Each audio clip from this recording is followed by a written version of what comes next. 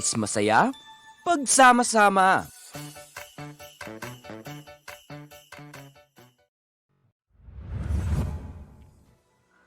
Tonight's headlines: Palace not confident to ease restrictions. IATF approves nationwide mock polls. Coronavirus cases in the country at 2,836,200. Philippines rises cap for deployment of health workers abroad. Shear line to bring rains over parts of Luzon.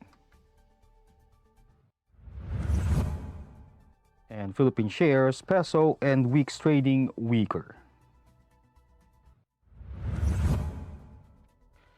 Good evening. Today is Friday, December 10, 2021. I am Elmer Navarro Manuel, and this is Tribune News on Q. Here are the stories for this evening. Malacanang said Friday that it is not yet confident in easing quarantine restrictions due to inconclusive findings on the nature of new coronavirus variant Omicron.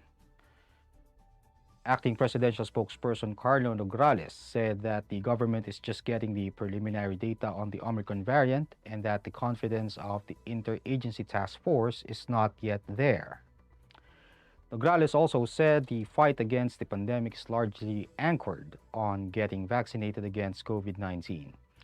He added that the Duterte administration is eyeing to have 54 million fully vaccinated Filipinos by the end of the year, and 77 million by March 2022 and 90 million by June 2022. The Palace announced on Friday that the government's task force on COVID-19 has approved the conduct of nationwide mock elections on December 29.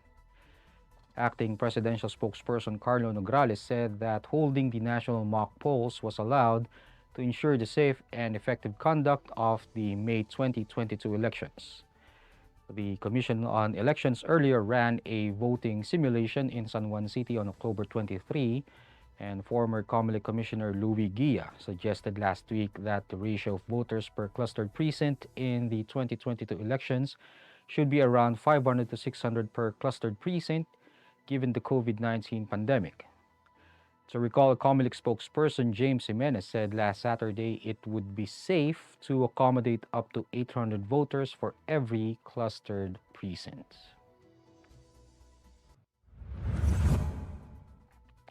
The Department of Health reported 379 confirmed coronavirus disease cases on Friday to bring the total number of infections in the country to 2,836,200.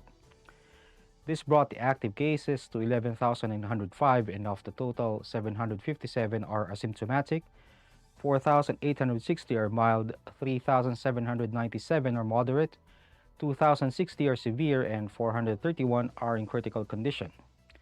The number of recoveries, on the other hand, rose to 2,774,334 after 631 patients recovered from the deadly disease.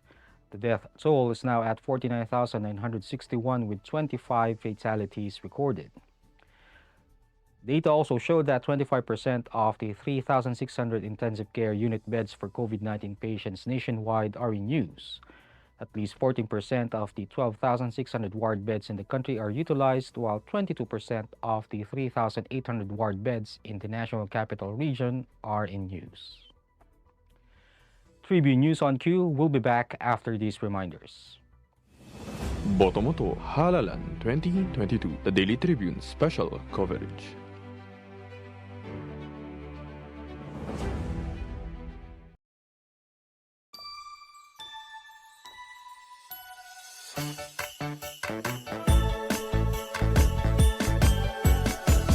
Chris masaya, pagsama-sama. Bong, yung naumpisahan ko, tapusin mo. Mga bagong highway, tulay, tren, dapat ma-enjoy na kaagad ng mga tao yan. Kailangan lahat bakunado at laging may ayuda pag kailangan. Huwag dapat makabalik ang mga drug lords para ligtas ang pamilya. Yung ginawa mong malasakit centers, maganda yan. Padamihin mo pa. Magkasama tayo. Tayo ang nagsimula, tuloy-tuloy lang. Go. Yung Lunes sa The Athletes Tribune Season 2. Be inspired sa kwento ng tagumpay. One of the things my dad always used to tell me was, to finish first, you have to first finish. And Makisama sa fun at motivational na kwentuhan. involved in this sport for a long time. I actually had to find my own way when I turned 20 to stay in motorsports. And this is where the basis for yung company namin, Luzon Racing, really Manood at mas kilalanin ang multi-awarded Filipino racer, JP Tuason. December 13, Monday at 7 p.m. sa all-new season ng The Athletes Tribune.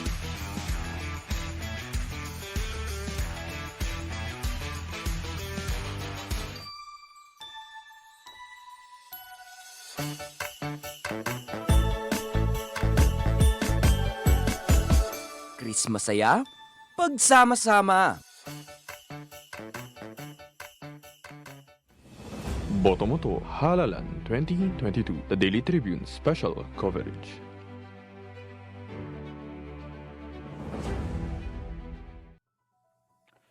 In other news, Malacanang said that the annual cap for deployment of new hire health workers abroad has been increased to 7,000 from 6,000 amid the COVID-19 pandemic.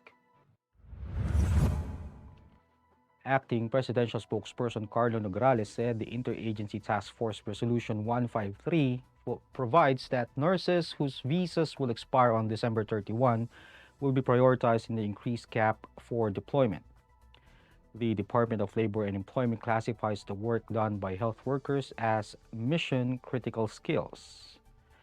The IATF last increased the annual cap from 5,000 to 6,000 in June 2021.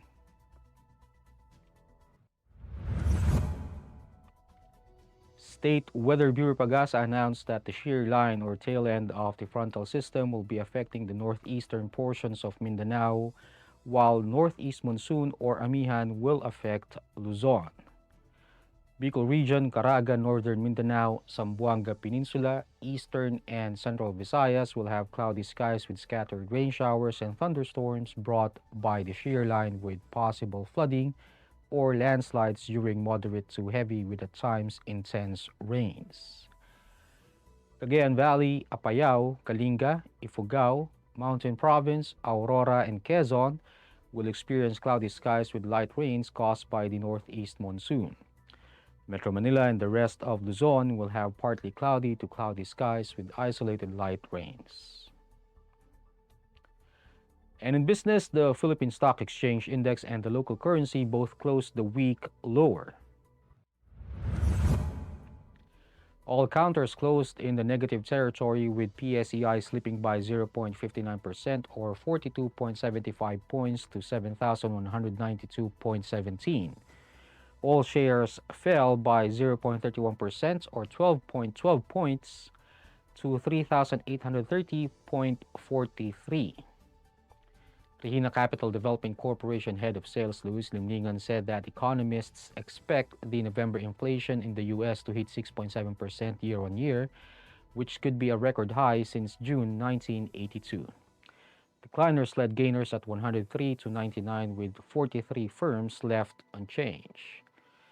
Meanwhile, after a strong finish on Thursday, the Philippine peso closed the week's trading at 50.35 to the dollar from the previous day's trading at 50.26.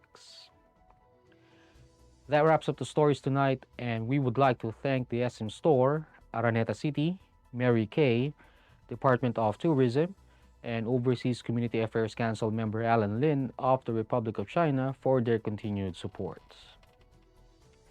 And before we go, it's 15 days before Christmas.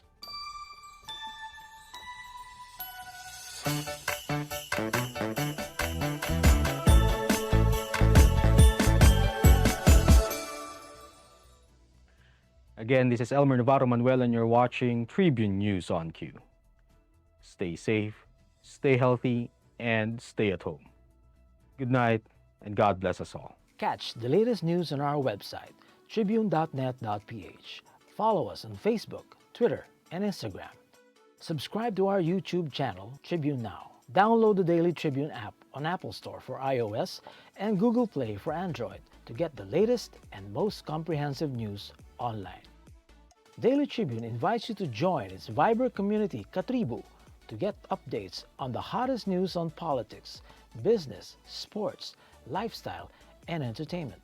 Emoticons of the Tribune mascot Tercito are available on our community Viber.